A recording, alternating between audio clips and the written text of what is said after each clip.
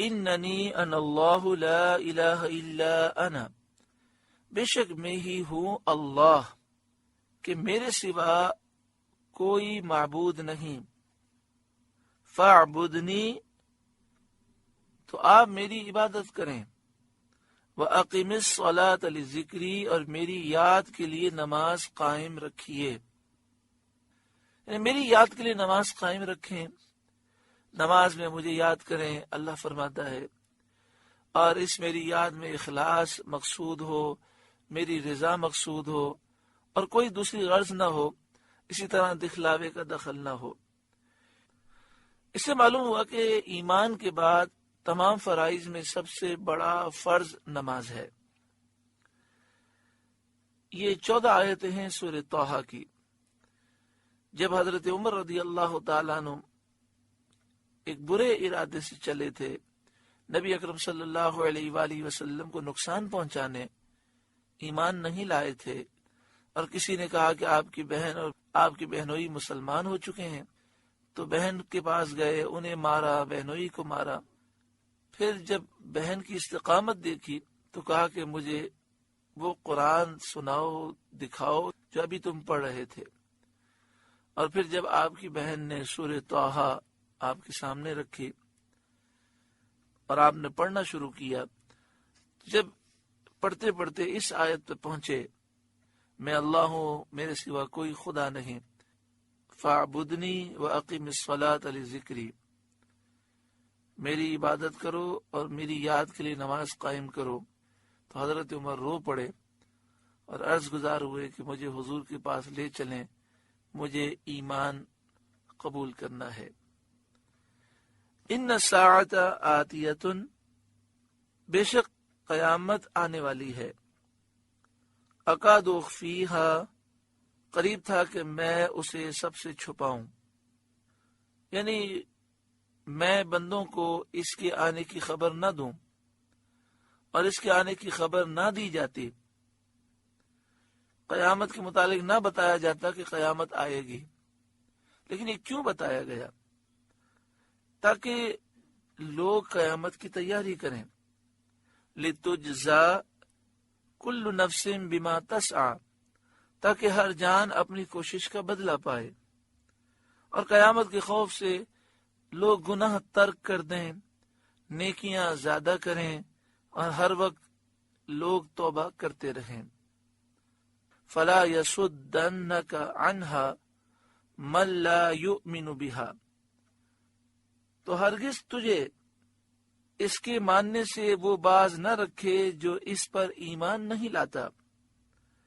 وَاتَّبَعَ هَوَاهُ، اور اپنی خواہش کے پیچھے چلا، فَتَرْدَى، پھر تو ہلاک ہو جائے۔ یہ موسیٰ علیہ السلام کی امت سے خطاب ہے۔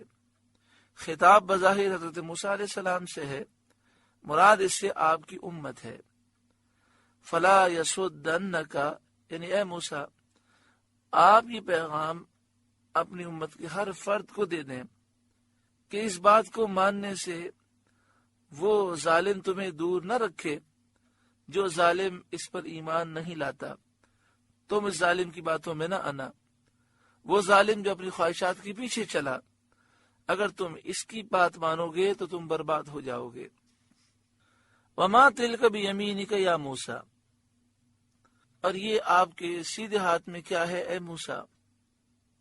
اس سوال کی حکمت یہ ہے کہ حضرت موسیٰ علیہ السلام اپنے عصا کو دیکھ لیں اور یہ بات دل میں خوب پختہ ہو جائے کہ یہ عصا ہے، تاکہ جس وقت وہ سانپ کی شکل میں ہو تو آپ کے دل مبارک پر کوئی پریشانی نہ ہو۔ یا یہ حکمت ہے کہ حضرت موسیٰ علیہ السلام کو مانوس کیا جائے تاکہ ہیبت مکالمت کا اثر کم ہو۔ اللہ تعالیٰ سے ہم کلام ہو رہے تھے تو جو ہیبت تھی، ہیبت مکالمت، اس کا اثر کم ہو، اور اس طرح آپ کو مانوس کیا جائے، اس لیے سوال کیا گیا۔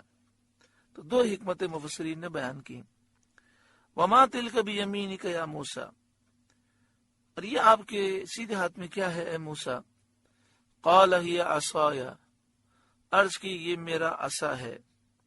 اس عصے میں اوپر کی جانب 2 شاخیں تھیں اور اس کا نام نبع تھا۔ اتوکأ علیہا، میں اس پر تکیہ لگاتا ہوں، ٹیک لگاتا ہوں۔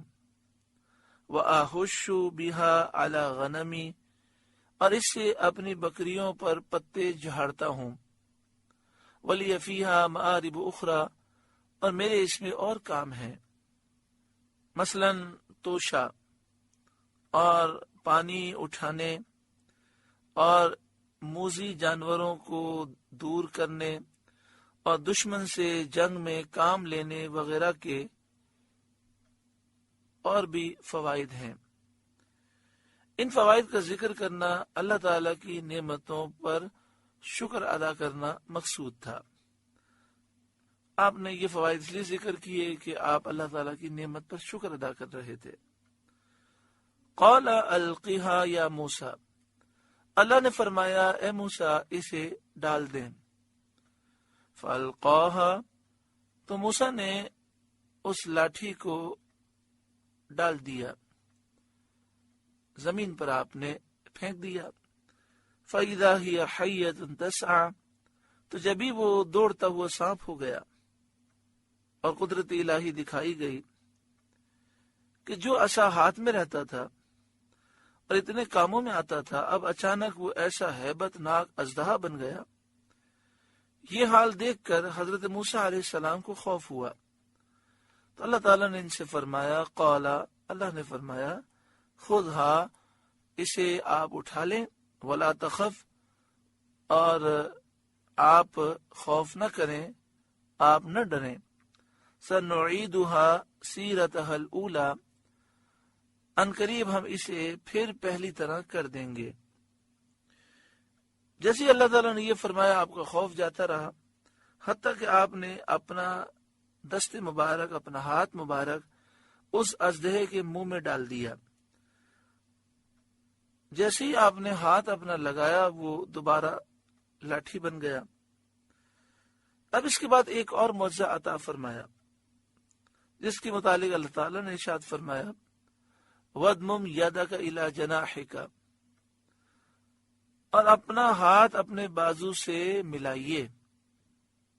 صدر افاضل مولانا نعیم الدین مراد آبادی علیہ رحمہ تفسیر خزائن العرفان میں لکھتے ہیں، یعنی کف دست راست، یعنی سیدھے ہاتھ کی ہتھیلی بائیں بازو سے الٹے بازو سے بغل کے نیچے ملا کر نکالیے تو سورج کی طرح چمکتا اور نگاہوں کو خیرہ کرتا ہوا خوب سفید نکلے گا۔ تو آپ نے اپنا ہاتھ گریبان کے ذریعے اندر ڈالا اور اسے بغل کے نیچے ملا کر جب آپ نے نکالا تو سورج کی طرح وہ چمکنے لگا۔ وَاضْمُمْ يَدَكَ إِلَى جَنَاحِكَ، اور اپنا ہاتھ اپنے بازو سے ملائیے۔